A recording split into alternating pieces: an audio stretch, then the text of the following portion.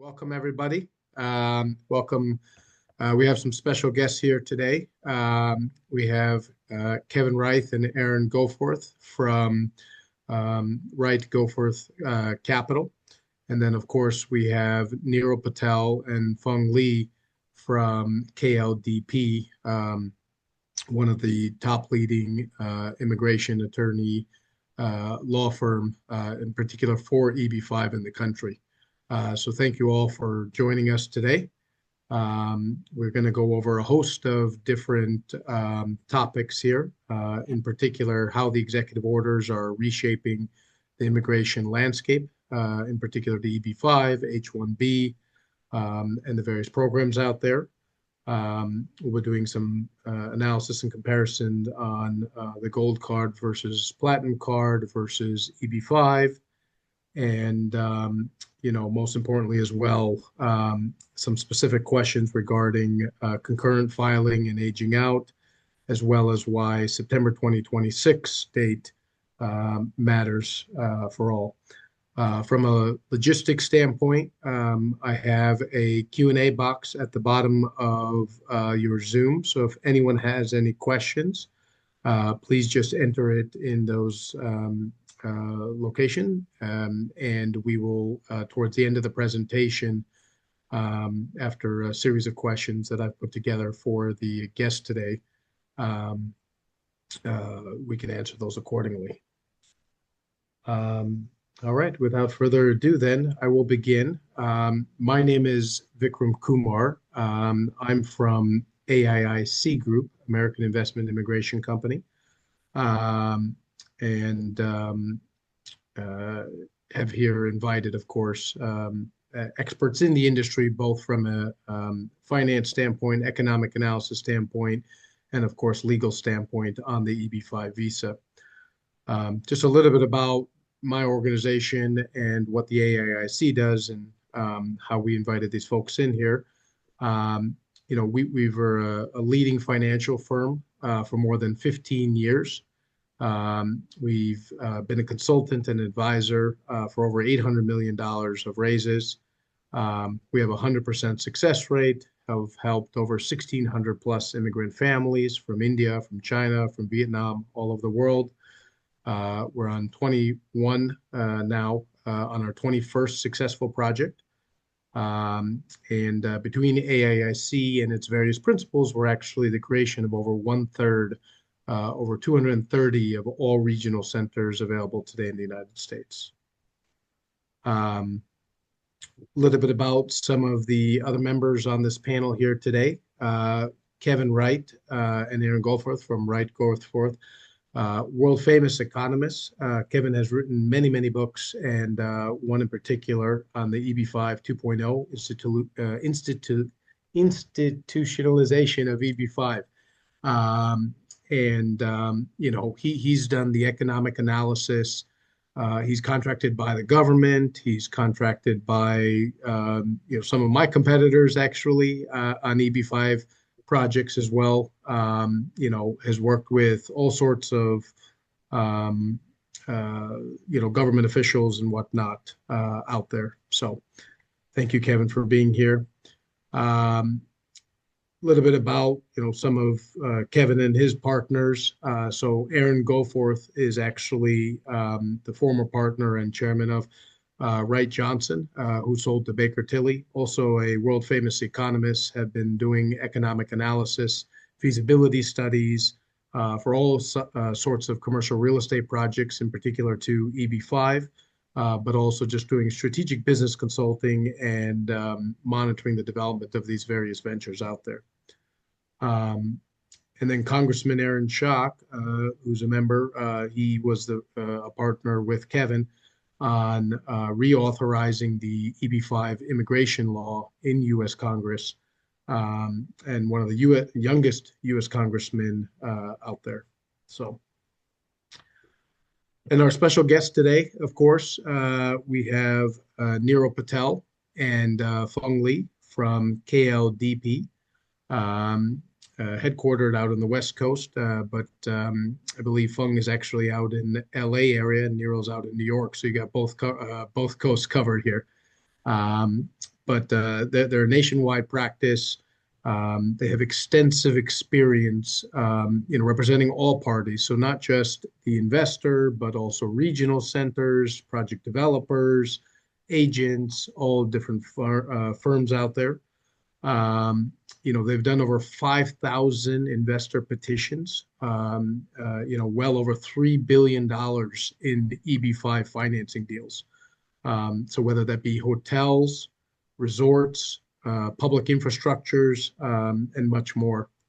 And what they pride themselves on is every single EB5 offering slash project that KLDP has ever represented have always received approval from the USCIS. So they've done AIIC and its partners have also done over 50 projects together with KLDP over the past 12 plus years. So what I'm going to do is at this stage, I have a series of topics just to kind of spark some interest. And again, feel free to answer whatever questions you have in the chat box at the bottom again. But of course, I'll start addressing some of the questions one by one to the panelists here, so everyone can get educated on what's new and exciting, or I should say disruptive in the market today with respect to the government. So once again, thank you, panelists, for joining here today. First question is directed to Mr. Lee. What would you say is the impact of the current government shutdown as it relates to EB5? Mr. Lee, you're on mute, I believe. I'm very good at law, but apparently not good at figuring out unmute. But thank you, Vikram, for the introduction. Thank you, Kevin and Aaron, who we've known for years. Yeah, happy to join this panel. So, look, the good news is this. Despite all the craziness with the world, despite the government shutdown, the good news is that it essentially has no impact on EB5 and no impact on immigration in general, really. And the reason why is USCIS and their infinite wisdom is primarily a filing fee-based agency. So that's right. So even though they might pass all these antagonistic laws and everything else, at the end of the day, USCIS needs immigrants as much as immigrants need USCIS. So it's entirely filing fee based. We've actually gone through this before in several other contexts. And this is positive news for you, right? Your 526E petitions will still be processed as your EAD and APs will still be. So we expect it to have no impact, at least short-term wise, on EB5. Thank you, Mr. Lee. Next question for Mr. Patel. How do recent executive orders transform the H-1B renewals and sponsorships? Yeah, I think when we go, let's just like if we go back to February of this year, the first executive order, the first announcement was the administration said we're going to come out with a gold card and it's going to replace EB5. And then what we've seen over time is that EB5 has actually been left alone, and this administration has actually directed their attention towards H-1B. And with that, we saw the most recent executive order about how there was going to be this massive $100,000 fee for new H-1Bs in the upcoming lottery. And I think just recently, as recent as yesterday, they said that this was going to be for people who are applying from outside the US, not necessarily for those who are changing status from F1 or something else. But I think what these executive orders show is that, look, the government is coming after H-1Bs, F1 students.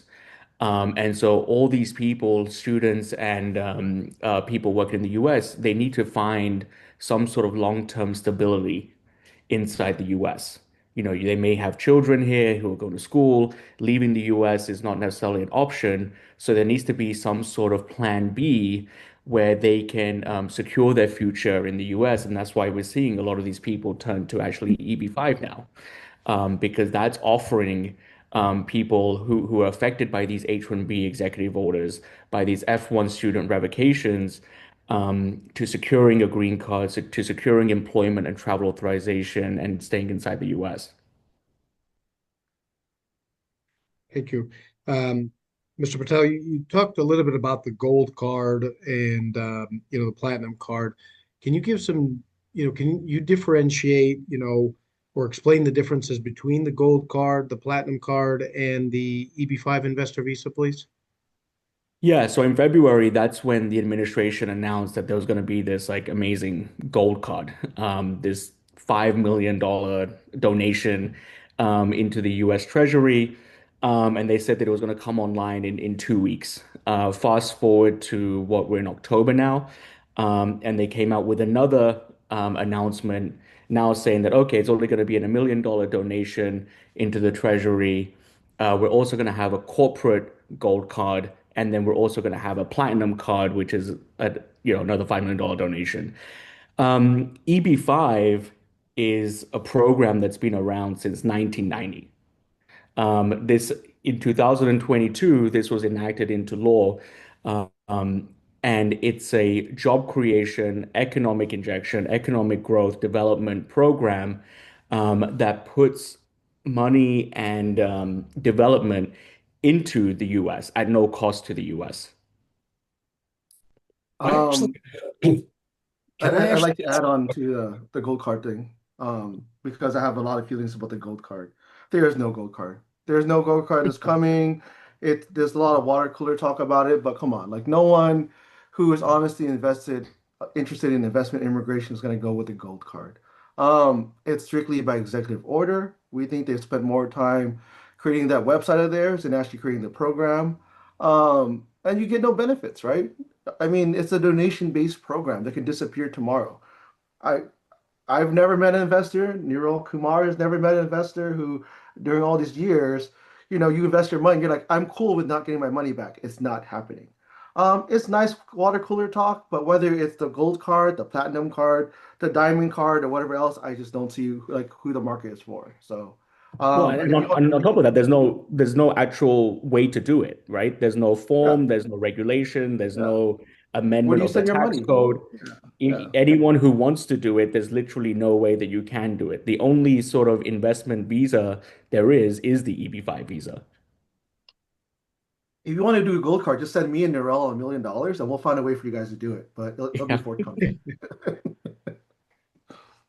Yeah, and the key difference again, Nero and Phuong, is that even though this gold card, hypothetical gold card, is out there as $1 million investment, again, there's no repayment plan. Whereas the EB-5 investor visa, there is a repayment plan. You get your money back. Is that correct? Yeah. Yeah, exactly. It's an investment. One is a hypothetical donation, the other one is an actual investment. going back to the H-1B thing, I got a question of my own for you guys. Like, so I see that like okay, so now there's $100,000 fee to if you're a new H-1B, but you're grandfathered in if you were a previous H-1B. Is there any like declared grandfathering that if you want to switch your job and you have to apply like in switch, does that happen where you file a new application now and have to pay $100,000 to switch your job, or is that just covered for life? I think it's actually a little unclear. Like most of the executive orders, especially around immigration, it's pretty unclear as to what the parameters are. Our understanding is that it should not apply to change of employers, but who knows? We expect this to be litigated. I think there is some litigation going on with this $100,000 fee because it's a little bit arbitrary. But we'll see what happens. But I think it should only be for new H-1Bs. Thank Good to you. know. We also started getting some new questions here. So what I'll do is, as I have my list of questions, I'll kind of sprinkle in those from the attendees as well as they coincide. So for all those of you listening, I am seeing all your questions, and I will have our expert panelists most definitely answer them. But perhaps first you guys can explain, what are the current processing times for the various stages of the EB-5 process? PL, you want to go for that one? Sure. The current processing time is the same regardless of what country you're in, right? The way I kind of like to explain this is for those of you who have spoken to us. When you file your immigration case, I like to think about it as two different timelines. And these two different timelines will run parallel with each other and in a good way. One is your immigration green card timeline, and one is your benefits timeline. Your immigration green card timeline, we just conservatively say 2 years, more or less. And the reason why we say 2 years is for the 526E, it takes about 12 months, could be more, could be less. For the I-45 could be 6 to 8 months, could be more, could be less. So let's just say 2 years, right? Obviously, there are those out there who get approved in far shorter times than that, but as of today, that's what we say. Now let's put that to the side. In the meantime, though, all of you who are filing concurrently will also have your benefits, and that's your EAD and that's your AP. Um, and the EAD will come to you within about 90 to 100 days after you file your case. Your AP will come to you in about 6 or 7 months after you file your case. So what this effectively means, big picture wise, is this. Even though it might take you 2 years to get your green card, because of the EAD, because of the AP, you effectively have the rights and benefits of a green card holder as you're waiting for a green card. You're protected from layoffs the day that you file. You have freedom of employment. You have freedom to travel. And in the event that there is any kind of backlog in the future, your AP and EAD are extended forever, right? So you have stability, you have predictability with employment, stability, predictability with travel, and so that's what we're looking at right now. And just to add to that, a lot of the APEADs that we are seeing, they're combo cards, and they're issued for 5 years. Before, it used to only be for a year or two. Now they're being issued 9 times out of 10 for 5 years. So that really helps digest any sort of delay there might be in getting the green card. And like Fung said, you're basically getting the green card benefits of work and travel before the actual green card comes in. It is important for everyone to remember, though, you can only apply for those benefits while the visa bulletin is current. So today it's current, November it's current, and I think, December and January we expect it to be current. But at some point, there may be a backlog. So, while it's we our job isn't here to rush people into ever doing EB5, but if you do have the means to do it, you would do it sooner rather than later. So at least this way you can lock in the AP and EAD in case there's a delay to the actual green card. What is the Mhm. impact on that for children of applicants? So they potentially may age out. So how does that process overlap with the AP and EAD?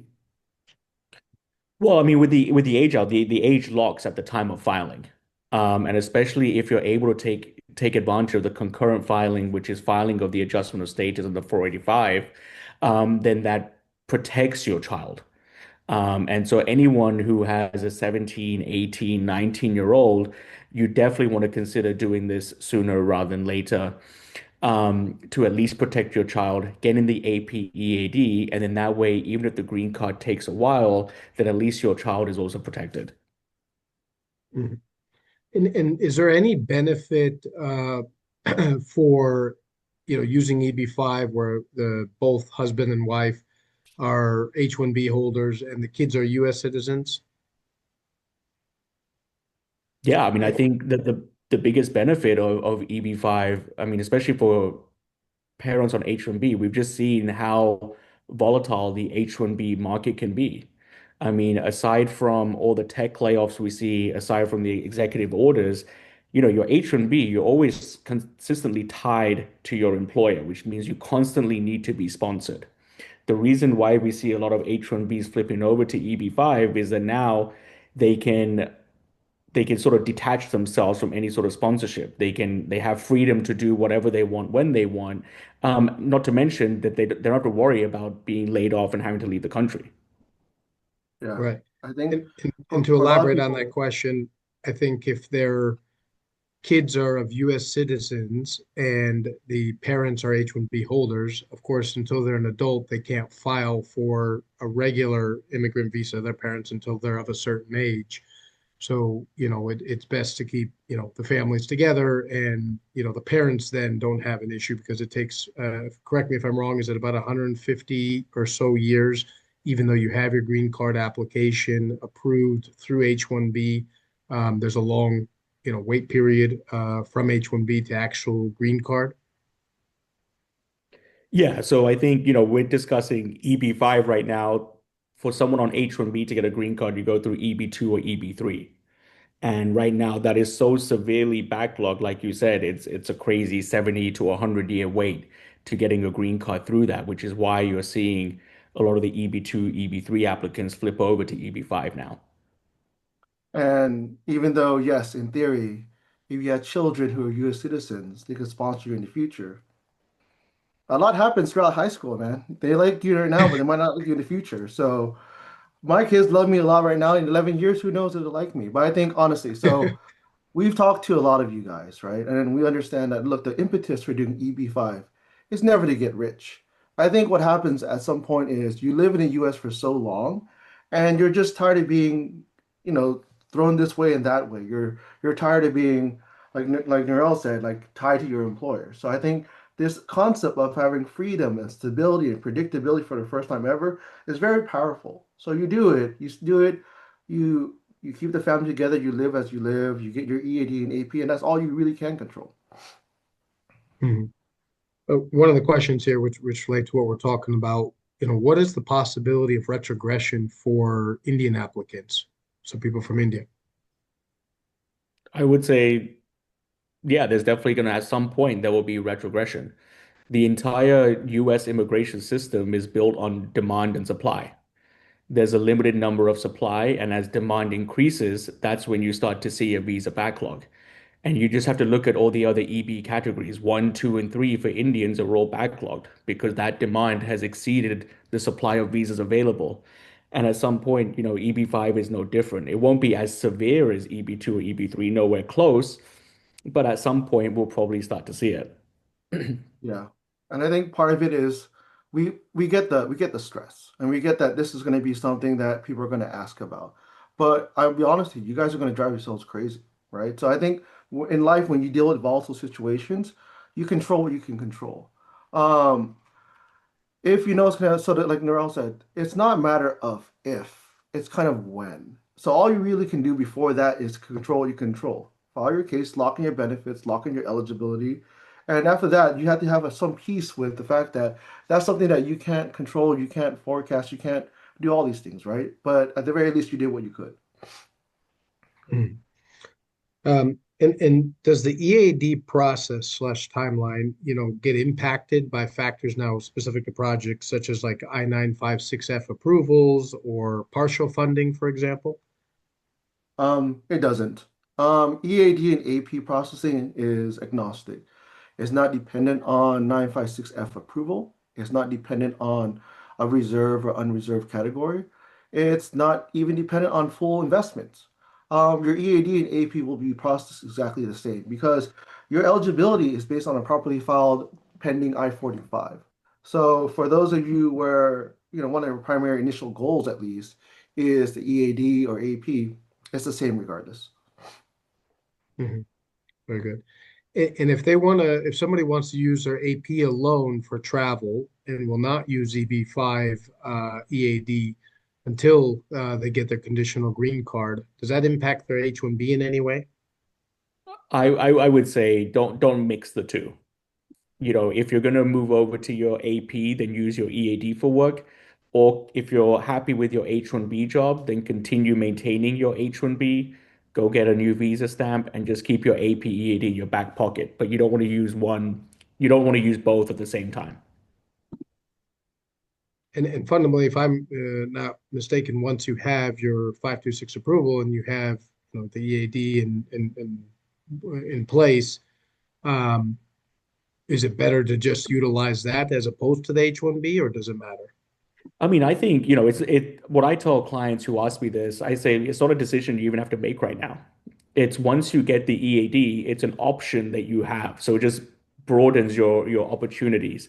And more often than not, let's say it's a husband and wife, and one spouse is on H-1B and the other spouse is on H-4, you can sort of hedge as well. So the spouse on H-1B can continue maintaining H-1B until they get the conditional green card, and the spouse on H-4 can move over to the EAD, start their own business, start working however they want to, And then that way, let's say in an absolute worst case scenario, if anything was to ever happen to the EB5, then the EAD spouse could move back onto H4. Which is the real reason why everyone got married, right? To hedge immigration risks, just like this. So this is how you do it. Sounds good. I'm going to go to some of my questions that I had prepared as well, and then I'll go back to some of the attendees' questions. So let's talk a little bit about September 2026. Why is this a critical date, and how does it impact visa holders today?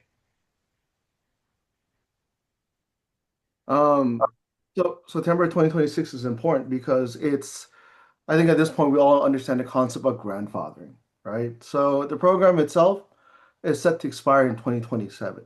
But the answer to this question is the same answer to all of you folks who are wondering, what crazy stuff will Trump do tomorrow? What changes to the program might happen? Will there be a bronze card? Will there be increase in investment amount? This is why the September 2026 date matters. It's the last day, so basically, so long as you file your EB5 case before September 2026, you are eligible for grandfathering protection. In plain English, what that means is that you are protected from any future changes to the program. The way I kind of see it, when you file for your EB5, right? What grandfathering basically does is this. It's like entering into a contract, entering a deal with someone. The day that you file, like all you basically told the government is like, look, I will agree to invest $800,000 into this program, with and create jobs and everything else, but under the terms of the program that I agreed to. I wanted to, it should be $800,000 investment. It should be with the RIA. It should be under these terms, and you can never change it in the future. That's what grandfathering does. So long as you file before then, you're 100% protected for any future changes, even if they try to raise the investment amount in the future. Even if the program disappears in the future, you will still get your green card. Thank you. I have lots of source of funds questions, both for myself as well as from applicants here. So maybe we'll touch a little bit on that. One is, can you fund EB5 via an SDIRA account? Yeah, absolutely. So you could use a former 401k, roll that over through an SDIRA account and use that to fund your EB5. Just the important caveat to remember is only the principal applicant can do that. So not both, Okay. usually your funds can come from basically anyone. Husband and wife can fund EB5. But when you're using a rollover SDIRA, that can only come from the principal applicant. And the Okay. reason why, because it keeps coming up, is basically because if you think about it, right? When you invest in EB5, the basic transaction on a big picture level is that you are investing $800,000 to own one share of an EB5 bank, the EB5 fund. Only one person can own that share. Just like how you open up your Robinhood brokerage, that share of Meta, that share of Google is owned by one person, even though you might use joint income. So the same concept applies here. Um, whoever the primary investor is, that's going to be the one listed on the limited partnership agreement or the operating agreement. And you will own essentially that one share as just that individual. Part of the money will come from you as an individual subscriber, and the other one will come from your SDRA account for your benefit. But that's why you can only use one account.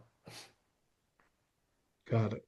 Well, so what happens if your SOF, so your source of funds changes? So you do a partial investment, um, and your source of funds, you file your 526, and your source of funds change. So for example, you have, $100,000 from stock, and then later sell them, and now the rest of the $700,000 is coming from a SB loan, right? That wasn't planned before. So essentially, the question is, if you're changing your source of funds strategy halfway through your application when you did a partial funding, how does that impact your filing? I mean, I would say you work with an experienced attorney so that you don't run into that problem. What we do is if you have multiple options that you could potentially tap into, or you think that your source of funds may change depending on your circumstances, that it's something you want to disclose to USCIS from the get-go. So that way, you're not necessarily changing your source of funds, you're just tapping into one of multiple options that you've already disclosed. Yeah.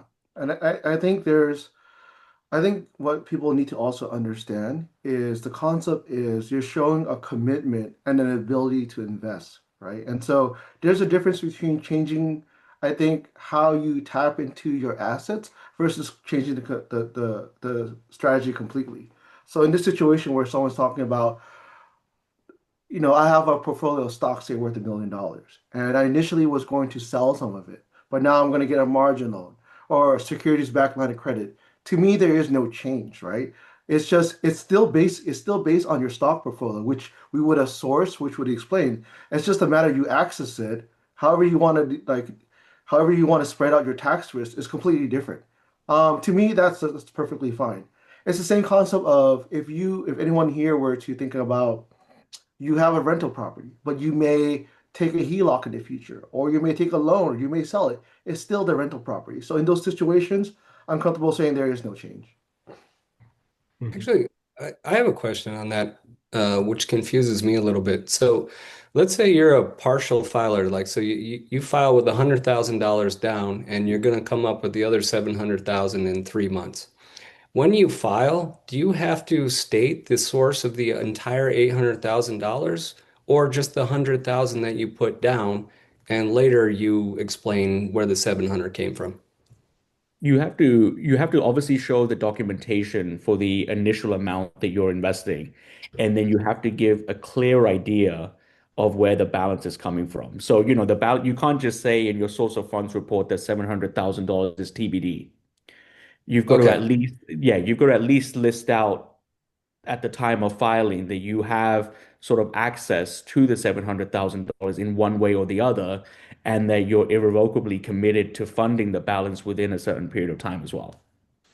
Yeah, Okay. Okay, I get that. yeah. Again, it goes to the whole thing of showing you're demonstrating a serious commitment and an ability to invest, right? If you can identify an asset at fair market value, quote unquote, then that should be enough. We also, by the way, we do this also because surprises in life are nice sometimes. Source of fund surprises are not nice, right? So this is why, for those of you who have worked with us, we're not trying to be annoying when we want to know where your source of funds is coming from later on. It's also for your protection, right? We would like to source it if possible, even if you don't use it, because we want to make sure that if this is what we're claiming, then we'll pass muster later on.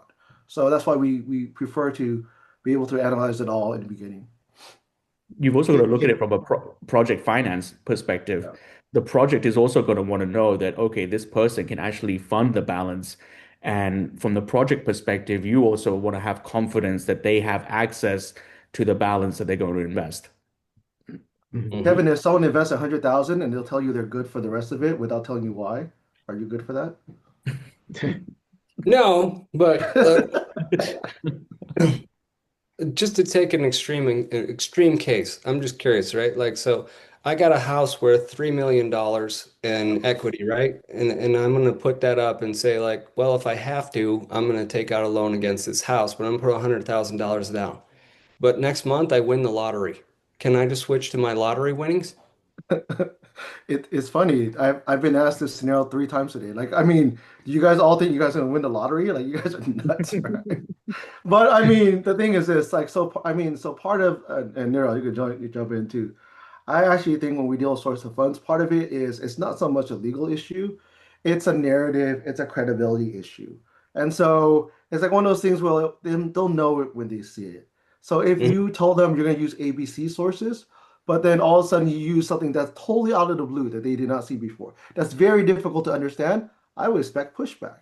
But I Mhm. mean, if you're traveling and like we were in Miami last month and everyone told us to buy a Powerball ticket and you decide you won $1 billion.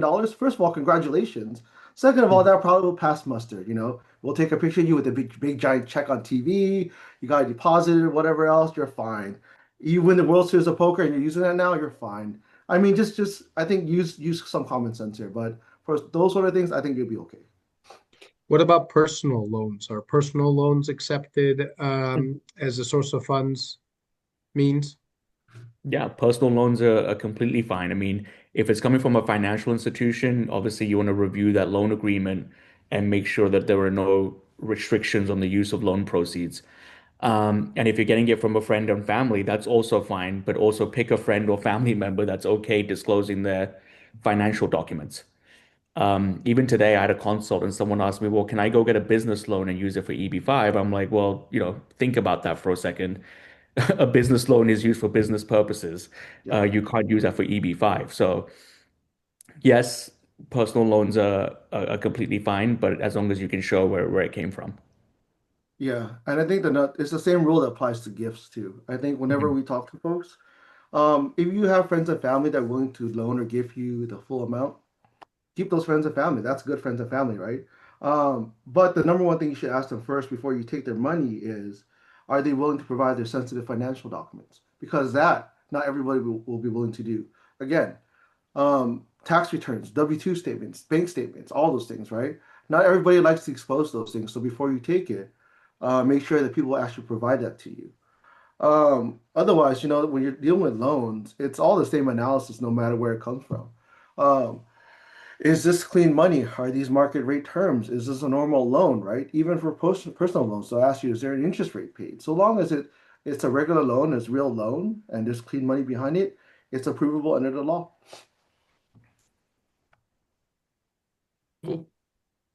Thank you. There's some project questions as well, but before we get into, generally how to, choose the right project and whatnot, I think these will be good for Aaron and Kevin here. Um, First question though is, how important is the role of a regional center in the project? Right. So that's a complicated question, right? So understanding what a regional center does, I think, is important, right? So a regional center is a license that allows a geographic area to be invested into for AB5 purposes. And pre-RIA, that's all it was. It was simply a license. So whether a project rented a regional center or whether the project owned the regional center, it didn't really matter because there wasn't much oversight. But post RIA, you have to think about it a little bit differently.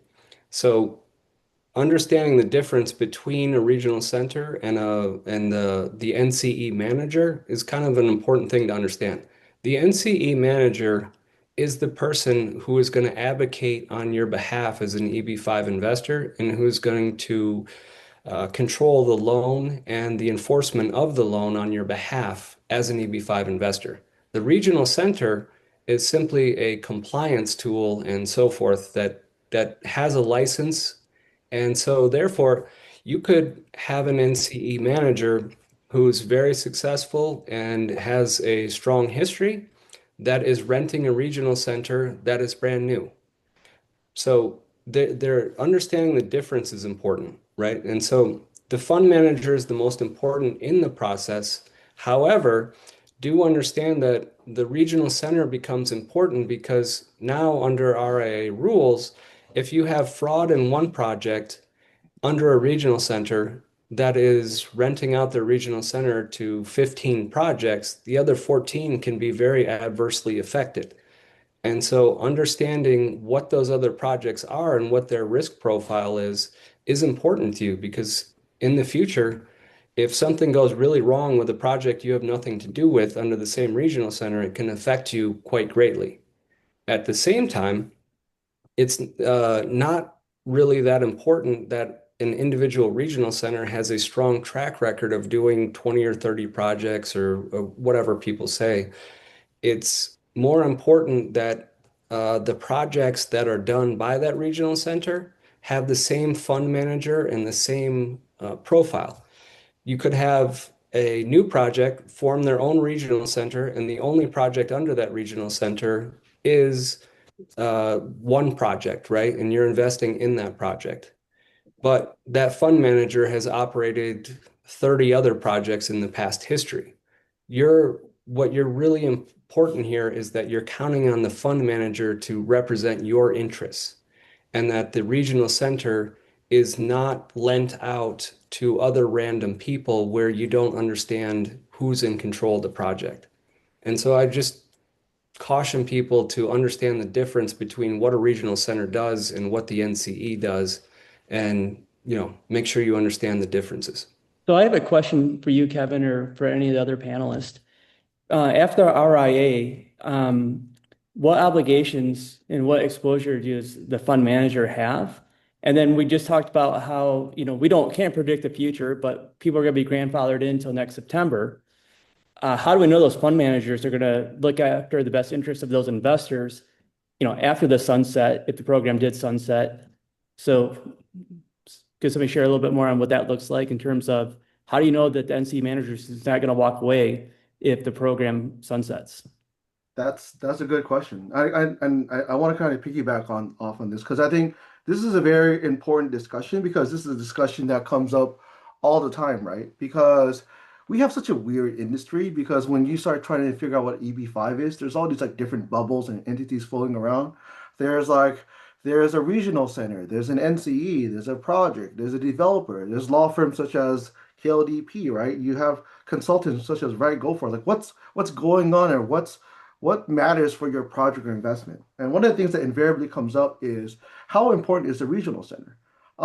So when those of you who have talked to me and Niral Kumar who are asking like, what's a good project? What should I look at? What you've noticed is that we don't send recommendations for regional centers to you guys.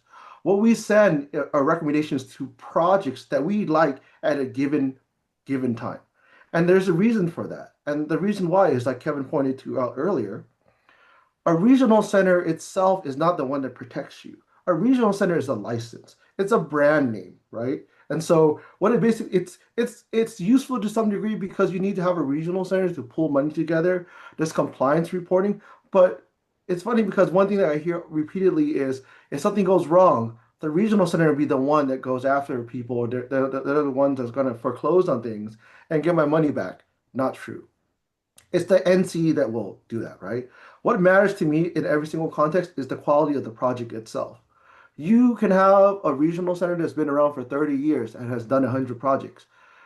Track record matters, but it doesn't matter, right? And the reason why is the simple analysis is are all 100 projects exactly the same? The same thing they built over and over in the same era at the same time? Of course not. You can also make some really bad, dumb decisions, you know? And so this is why, look, we have regional center clients, we have regional center friends, we have project friends, and we have multiple of them, right? Not because we're unfaithful, it's because the reason why is at any given time, nobody has the best project ever. So what we tell people is, we are always open to hearing what's out there from a new regional center group or a new developer or an established developer. What matters most is the quality of the project at any given time. The beauty of that what we get to do and what everyone on this call gets to do is you get to pick and choose the best available project at a given time. There's ways to minimize your risk and everything else. So I always emphasize focus on the quality of the project first, and then everything else is secondary. To Aaron's point earlier, and this was asked in the chat box too, if something goes wrong in the future, it is my sincere wish that all you have extremely boring EB5 journeys, right? Because that would make us very happy. But the extent that something goes wrong, what happens in the future is it's not the regional center that will foreclose, it's the NCE. It's the general partner of the NCE. It is the managing member of the NCE or the fund manager that will foreclose, enforce their rights, and go after the project. It is not the regional center. The regional center is just there to report compliance, right? And that's it. Aaron, this next question is for you. As you analyze a lot of the feasibility studies and economic analysis, along with Kevin, of course, how is the economic modeling different in rural versus metropolitan or major city type projects? Yeah, that's a great question. So, I think first we need to discuss, not all rural projects are the same. So a lot of the projects that we've been working on of late is, for example, if you had a hospitality project in a popular ski area, that community, while it may only have 14,000 residents, on any weekend, there could be 60,000 people providing demand, using those services. On the contrary, if you think of like a rural town in South Dakota by a meatpacking factory, the demand for hospitality in that market is much different.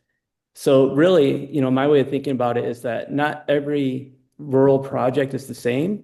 And the things that make a good project in an urban environment are also good things that make a good project in a rural environment. And that's, location, good demand generators, successful operators. So really, I think rural should be looked at as, can be very viable. It just does the story and the narrative of why that business makes sense. And that narrative's the same in LA as it is in Aspen, Colorado. But Aaron, if I'm understanding that correctly, are you saying then that, I mean, rural projects can pose more of a risk than to an investor just because of, the downstream economics that you just kind of described? Yeah, I would say it's what makes a good project in an urban market is the same thing that makes a good project in a rural market.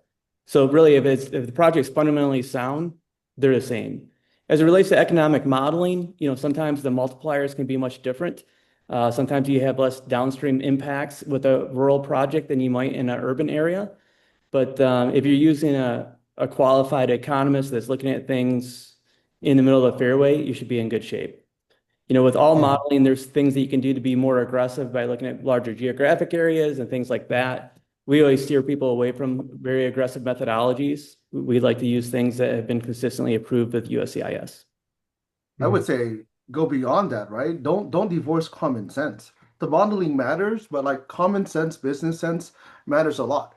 So I remember, like for example, we have this is why you can't broad brush rural and urban, right? There like Aaron said, there are very good rural projects and there are very bad rural projects. Same thing with urban. Um, I think what's important to understand is really you have to do a deep dive into the particular location. Our firm has done rural projects all across the U.S. And one of the things that we run into or notice is that rural does not mean the same everywhere. There's a difference between like if you get lucky, right? It's funny because I don't think Congress intended for rural to be Aspen or Jackson Hole, right? Communities that are very built out with affluent neighborhoods and everything else. Whereas there are some rural projects that we worked on where they literally have to build infrastructure of the city. I'm talking about like the city won't let them build until they have paved roads. They've done plumbing. They've figured out electricity, right? That to me is a substantially riskier project than say a hotel resort in like an Aspen or a Jackson Hole. That to me is just much different. So I think that's one of the things that you should consider before you fall in love with rural or urban for that matter. You have to understand the surrounding neighborhood, right? There's even in LA, there's an LA in Beverly Hills, the west side is very nice. And there's downtown LA where you're much closer to Skid Row, which is not so nice. It's important to kind of know that kind of stuff. Mhm. Kevin, I have a question for you. What's important when you're doing these studies and you're analyzing these EB5 projects, and there's lots of projects out there where people are promising 3 years or 5 years repayment back. Like, what do you look for that's important that can validate, whether it's a legitimate 3 year or 5 year payback period?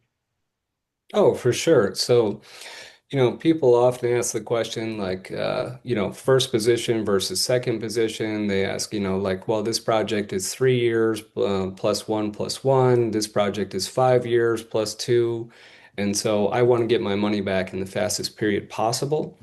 And so, you just have to understand how basic financing works, right? So you build a building, it's going to take you 2 years. In order to refinance that building, you have to prove the stabilization or the revenue that can be generated over it over the course of 2 to 3 years. Like it's not going to be based on your first year because the first year is going to be, lower than it's going to be in the third year. And your rates and everything else are going to be based upon that average over 3 years. It's kind of like the same thing when you get a mortgage for your house. They don't take the last 12 months of your income, they take an average of the last 3 years. And so it works the same way in a hotel or any other kind of commercial development.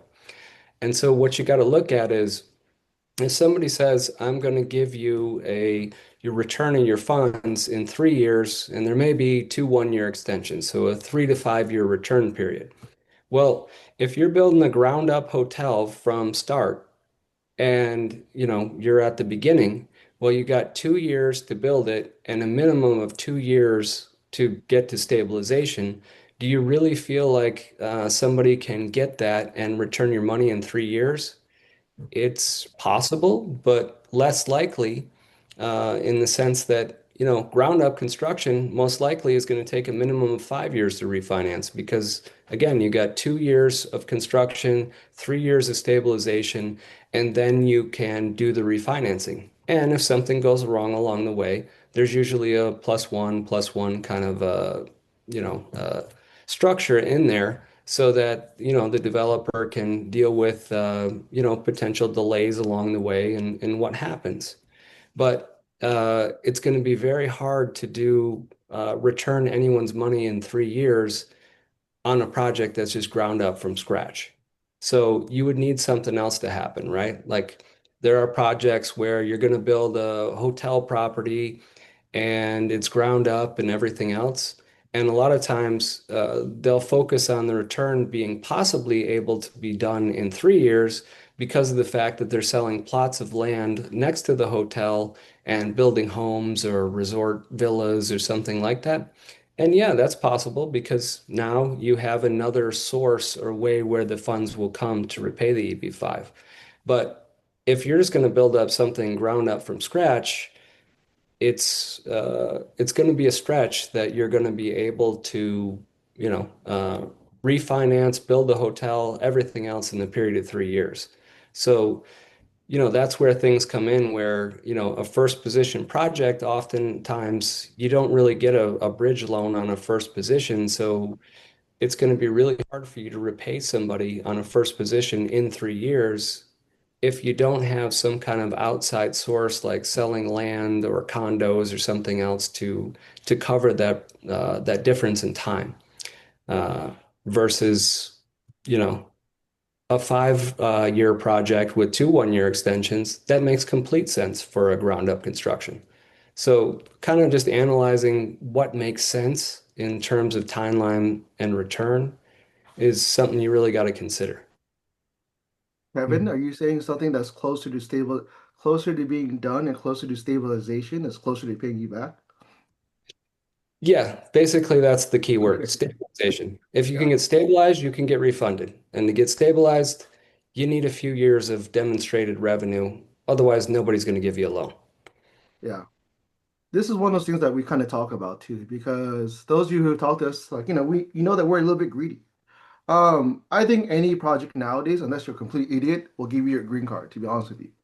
But we want you guys to get your money back. And part of that is that, look, I can't control that, Niral Kumar can't control that, but what we can do is at least give you the insights into what I think will make it closer to being done.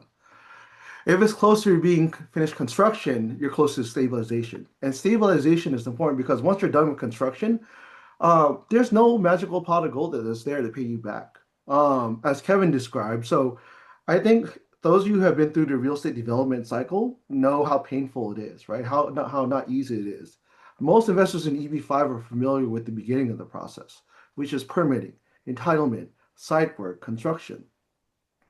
But unless you're done, you don't know that the back end risk is really um, there's a whole process to seeking to refinancing.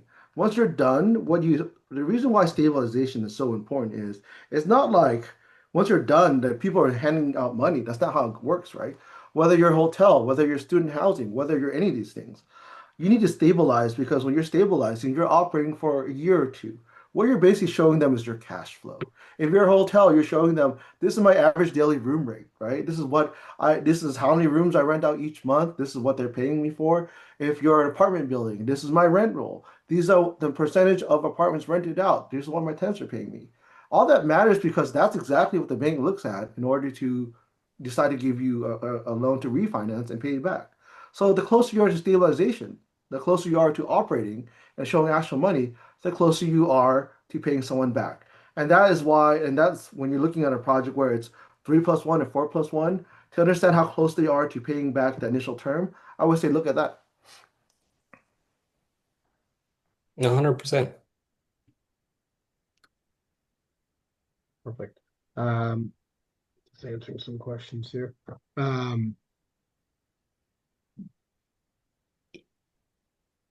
let's talk about a little bit about well, with regards to projects, do any national interest projects, or national interest approval for a project in a 956F mean a faster timeline for 526E processing, or is it really irrelevant? So a project related to national interest. I mean, I think, our thought is that, yeah, I think some projects can qualify for national interest and get expedited. But in our experience, that doesn't carry over to the I-526E because you still have to show how individual petitions would be in the national interest. Yeah. So it's, you could definitely try. I just wouldn't bank on it. I think at the project level, for sure, though. So you're saying that that applies to 956Fs, but not really to 526Es? Yeah. Yeah. Because the expedite has to be based on your particular circumstances, right? Because if a project is being expedited, maybe the project itself is very important, but the individual investor has to show why they are so important or integral to it that they need that unless they were also expedited, that is in the national interest. And that's why, and without naming which project it was, there's a very famous project a few years ago that had expedite requests, and I think what US is and USCS kind of did informally grant a blanket expedite for the underlying 526s. They will never do that again because they realize what a mistake that was, right? Um, so now whenever you have an expedite request, I think, or in the national interest, you have to show why it's the investor should qualify. Another thing I would say is just like the same thing as we caution when you look at rural or high unemployment. Um, just because it's in the national interest or just because it's expedited does not necessarily mean it's good. You should look about why they're doing it, right? For example, if it's because of if they don't get expedited, they suffer severe financial harm, maybe not a good one to go with, right? So I think look at the underlying circumstances before you just jump in. Yeah, I was gonna say you never base your decision based on speed. It goes back to what you were saying earlier, Fung. You look at the project, make Yeah. sure it has everything there that's going to satisfy you for your risk profile. It has the capital protection things in there so that, for the long term, you're comfortable with this project. Forget about speed because don't forget when you're filing this, especially from within the US, you're going to get the APEAD. You're going to get the core green card benefits before you get the green card. So you don't need the green card as quickly as humanly possible. So you can make the right decision for you based on the project itself.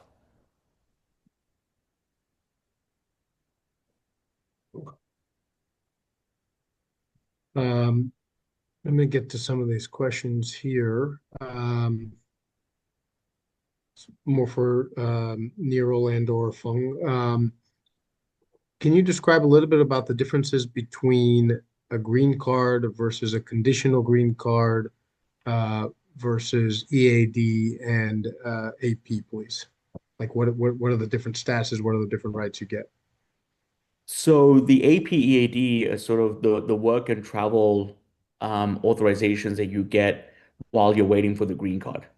Basically, the government has said that, look, we understand that backlogs, retrogression, green card delays are all possible. So if you're within the US and you're here on a valid non-immigrant visa, then we're going to give you work and travel authorization until the actual green card comes in. Um, but the green card is what you really want. That's permanent residency. Then you're on your pathway to citizenship. Basically, I used to be a green card holder. And until recently, I was a green card holder since 2004 until just about 5 months ago. And I held on to my green card for as long as I did because I had the exact same benefits as a US citizen. The only difference was that I couldn't vote. And that's what you get with a green card. You're basically treated the same as any other US citizen, you just can't vote. And there's no difference between the conditional green card and the permanent green card. You're known as a lawful permanent resident. It's just that you have one more hoop to jump through in the EB-5 process before they'll remove the conditions and give you the permanent green card. And the reason why Niral became a U.S. citizen, because it's very on brand for him, is because he just decided to become a U.S. citizen was much faster than replacing his green card. So he said, "Screw this. Let me just go get my citizenship instead." So that's why he did it. Mhm. Any thoughts on rural versus urban retrogression in 2026? Man, I don't know. I don't know. I really don't If, know. if if if we had the answer to that, we probably wouldn't be on this webinar right now, and we probably have quit our jobs already. I think so many people have tried to sort of pinpoint exactly cutoff dates and how long it would be, and the result is that no one truly knows. At some point, we know there's going to be retrogression, but you don't know which category is going to retrogress first, and then you don't know for how long, and everyone has to make peace with that. Yeah. By the way, I know we've seen, I mean, there are folks, we've seen a lot of analysis, right? And some of them are some very smart people, some from, like I said, some not so very good smart people, right? Some are just terrible. But I think part of it is you will just drive yourself nuts trying to do this. To the extent you guys are going to spend your time forecasting and stuff like that, I mean, there's much better opportunities in crypto and in stocks than in Visa backlogs. I think. We've gone over this back and forth for multiple times. And I think the only way we can kind of make peace of this is the key thing that we can control is to file concurrently before any kind of backlog. After that, like I said, like there's nothing you can really do, right? So whether you file them now or the next month or two, like the green card will come when it comes. And I think the other thing that I stress because I think it's not always clear. Some of you folks who are much more experienced about the EB-5 process may know this, but for those of you who don't, um, an EB5 backlog isn't quite the kiss of death that an EB2, EB3 backlog is. EB2, EB3 backlog, you never have any kind of stability, right? It doesn't matter if you're a data scientist at Meta, it doesn't matter what if you are a CFO at another company, you can be fired at any given time. Um, EB5 though, that's not the case. Once your eligibility is locked in, it's locked in forever. And the green card is merely a formality at that point. Your EAD and AP will be extended forever. You can work and do whatever you want until you get CPR approval. So I think you should remember that one of the other things of why you're investing in EB5 is that stability and that predictability. Mhm. Um, what is the impact of child status if retrogression happens and 526 is not approved due to retrogression before the child turns 21? Well, if the 526E is not approved, as in it continues to be pending or under process, then the child's age continues to be locked in. Right. So So, to clarify, so if someone is 18 or 19 years old, the child, and if you're um, applying and it hasn't yet gotten 526, but retrogression took place, your child's still on legal paper, even though they're 21, 22, past multiple years, hypothetically, they're still 18 or 19 in the USCIS's view, that correct? age will continue to lock as long as the I-526E continues to pend. So they'll Yeah. be fine. So that's why I would encourage anyone that has, anyone from 17 to 19, you'd probably want to talk to someone ASAP. Mhm. And if the processing time is now 12 to 18 months, I know in the past it was a little bit longer. We have a little bit more flexibility with that, or do you still recommend, kids under 19 years old to, um, to file You ASAP? would you would still, I think, anyone who was going through EB5, let's say a year or two ago, you had a lot more flexibility. Unfortunately, anyone who's looking to file now, you're coming into the tail end of this program, like the grandfathering that we have in September 2026. But more importantly, at some point, we're going to see a backlog and a cutoff. Right now, the visa bulletin is current, so you lock in the child's age regardless when you file the 526E, but you can also file the 485, which doubly helps in any child from aging out. So, once retrogression happens and then you decide to do EB5, it's a different conversation at that point. Okay. We'll do a couple more questions here before we wrap up here. And of course, if anyone is interested in, doing a one-on-one consultation or speaking with any of these expert panelists or myself, please do email out and I can get that arranged. I'll put that out there. But at the end of the seminar here, I'll share all those contact details. Um, I actually what's, I Go got a ahead. question for everybody, right? Like, so I've seen this too in some of the questions. And so I know like AIIC, right? Like as a group, they don't offer loans to investors per se. Now, at the same time, I see all these there are like things out on the internet where you can get a loan from a third party person, you can get a loan from the project. Is that something that's viable to be able to invest is loans or loan programs? And so, from my understanding, what I've seen from it is that, like third-party loans are good to go, but there are people who are having problems with loans where they're directly related to the project themselves loaning them money. And so but at the same time, they're just anecdotal. So I'm curious if anybody has any other thoughts on that. I can So tell you, carry on, Phuong. yeah, I mean, look, this is a more nuanced question than we probably have time to deal with here, but a loan is a loan is a loan is a loan is a loan, right?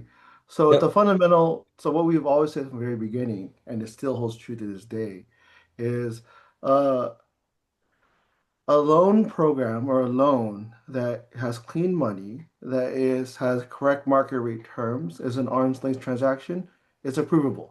It's not exotic. It's been approval from day one. There are certain transactions where they might take a closer look at it and ask more questions, right? Some of these so-called RC loans, but even those have been approved multiple times, dozens of times. That being said, anytime USCS sees a new program, we actually had a call about it this morning, whether it's, for example, Kevin and Aaron, because you guys have worked on projects, right? So for those of you who haven't dealt with USCS for a long history, every 3 or 4 years there's a new issue they deal with where they're trying to wrap their heads around it and try to figure out what's going on. Bridge financing for projects for a while, they were trying to figure out what's going on. Um, Call options where NCEs could then buy back your option to pay you back was something they were trying to figure out. The loan program, what they're trying to figure out is so what they know is this, their loan programs are legit and some loan programs are essentially shams. So right now, what they're trying to basically figure out is, are these loan programs legitimate or not? The ones that are legitimate will be approved. Okay, so you got a loan with a legitimate interest rate, legitimate Yeah. money that's being lent to you. It should be fine. So How is that different than any other loan? Like Kevin, you've We dealt with these things as long we, as we I have, treat it right? as it's basically just another source of funds analysis. Yeah. Mhm. As long as the source of the loan funds are legitimate, as long as the loan agreement is legitimate, then it's good to go. Fair enough. Yeah. And you touched on two or three more questions here. You touched on bridge financing of projects. Fogg, or maybe this is a question more for Kevin. It appears to be, we have a lot of EB5 investors asking this question, and I've spoken to many over the period as well. Um, you know, let's talk a little bit about bridge financing in projects, how it impacts the project and versus the EB5 loan as versus the EB5 loan. Yeah, no, for sure. I get this a lot, and we deal with this a lot in structuring projects when we're in the beginning. Particularly like in the second position, bridge financing becomes available, right? It's hard to bridge finance a first position project. But in the second position, you can bridge finance an EB5 project in the entire raise, which is great for the investors because it guarantees that the project is going to complete, which almost guarantees that all the jobs are going to be there and so on. It's very helpful. So it basically reduces the risk of the EB5 raise. You no longer have to worry if a project needs to raise $50 million. Well, what happens if they only raise 20, right? Because the bridge loan is there to cover the difference. But the one key factor in bridge financing to understand is that it's long been accepted for 10, 12 years, but in the middle of this, you basically had people push the boundaries. So the key is, what is the definition of a bridge loan? And so the USCIS has refused to define what a bridge loan or how long a bridge loan can last is ever. However, people have tried to push the boundaries from, is it 1 year? Is it 2 years? Is it 3, 4, 5? How long can a bridge loan be before it's no longer really a bridge loan and it's more of like a construction loan that you're just trying to buy out with EB5? And so I'm curious to hear from Niral and Phuong on their opinion, but I get different answers from basically every attorney in the industry on how long is acceptable. And the only time I've ever heard from a USCIS officer is never in writing, but was once in a stakeholders meeting, just verbally. And they basically said, hey, we guarantee you're going to get approved pretty much if it's 1 year or less. After that, it's a case by case basis. And, I hear different things from different attorneys, like 18 months, 24 months, up to maybe 30 months is acceptable for bridge financing, but you don't push it more than that. And so if you push long-term bridge financing, that's when you have a problem. And so I think really the key to bridge financing is, yeah, like it's totally acceptable and fine. It's just what period of time are you really defining bridge funding as? Um, I have some strong opinions here, as I often do, right? So this is one of those like funky areas, and I think the problem is so.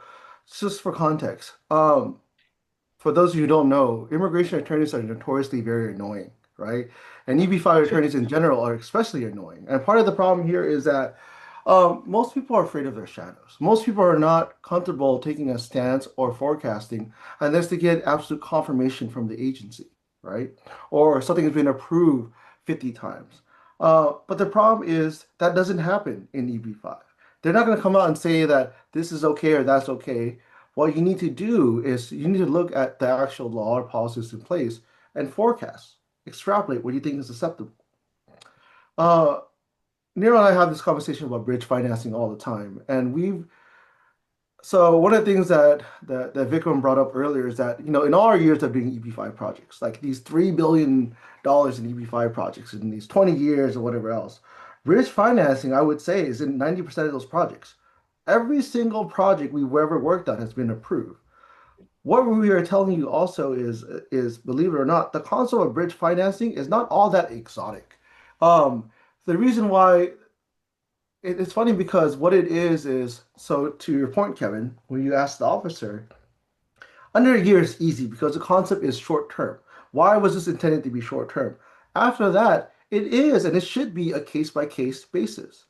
Uh, and the reason why is it's up to the project to explain why, if your financing is longer than 3 or 5 years, why is it short term?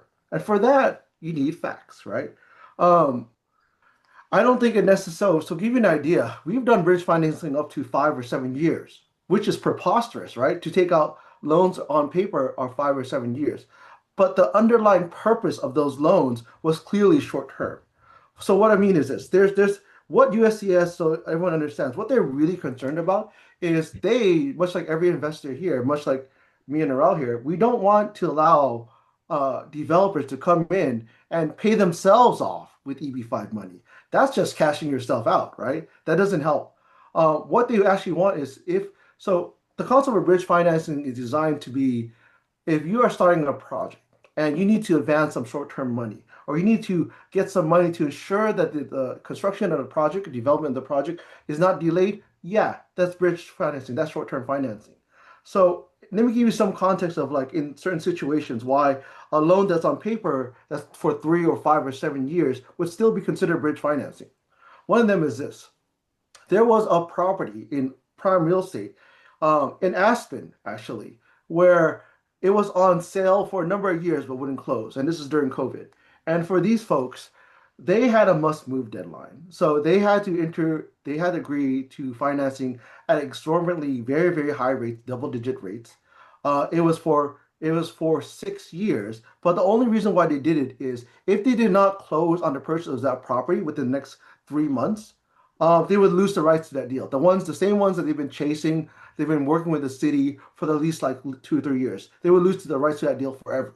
So, and this is also during the time of COVID where there was no money available. They bit the bullet. They decided to just do this, right? Front the money, absorb whatever financing costs that there would be, so then they could take out that loan as soon as they could, whenever they could. So even though on paper that loan was 5 or 6 years, it was never intended to be the loan they would use to finish the project. That's where we can clearly show, based on the circumstances, this is always intended to be short term. Another situation is we had a project in a rural area where the developers, the city would not let the developers, they would not let the developers build vertically until they could finish the horizontal construction on the land, building the roads, paving the roads, the infrastructure, the plumbing, and everything else. But in order to do that, the developers had to take on another loan, a senior loan that was like for it's. Let's just say this is a $200 million project. The initial senior loan was for $20 million. And one of the conditions on that senior loan was that you cannot take on any other money until this loan is paid off. The only reason why the developers took on the senior loan was for them to, number one, finish construction on the horizontal area, the infrastructure, and then begin work on the vertical construction. They had to take out that loan, which was, by the way, 7 years on paper, was because it was never intended for that loan to be a long-term loan. In fact, if they use that 7 year loan, there's a $180 million hole, right? So the only reason why they're using this as a stopgap. That's what I mean by case discussion. So, in believe it or not, in our project work or in whenever you deal with these situations, you do have to work in fast. You do have to work in law, right? So this is the same thing when you folks come to us to talk about source of funds. You can't broad brush. You actually have to look on this as a case by case factual analysis. Excellent. Good point. Well, go ahead. No, I'm just saying good point because I mean, it is very difficult to understand. And I mean, when you go past a year, all of a sudden, like, You have to you have a do. good reason. What's a good reason, right? It can't look Yeah. like a refi. It has to look like this was honestly the narrative, the story has to go. I advanced this, I did this because I wanted the project to not be delayed. I wanted development to go uninterrupted until I could take this out as soon as possible. It's clearly not meant to be what I wanted to use to finish the project because it's not enough. It's too cumbersome. It's ridiculously expensive. It has to make sense, common sense wise, right? So that's what we base our analysis on. Well, I want to thank everybody for all the panelists here today for coming on a late evening. I'm sure I know some of you have young children as well, so and taking your precious time out of the day to join AIIC and several potential EB5 applicants and or people who have questions on EB5. There are also some pending questions. I think what would be best is at this stage, since we've gone past time, if anyone has any additional questions, happy to arrange a one-on-one consult. And you can see our website here at www.aiiceb5.com.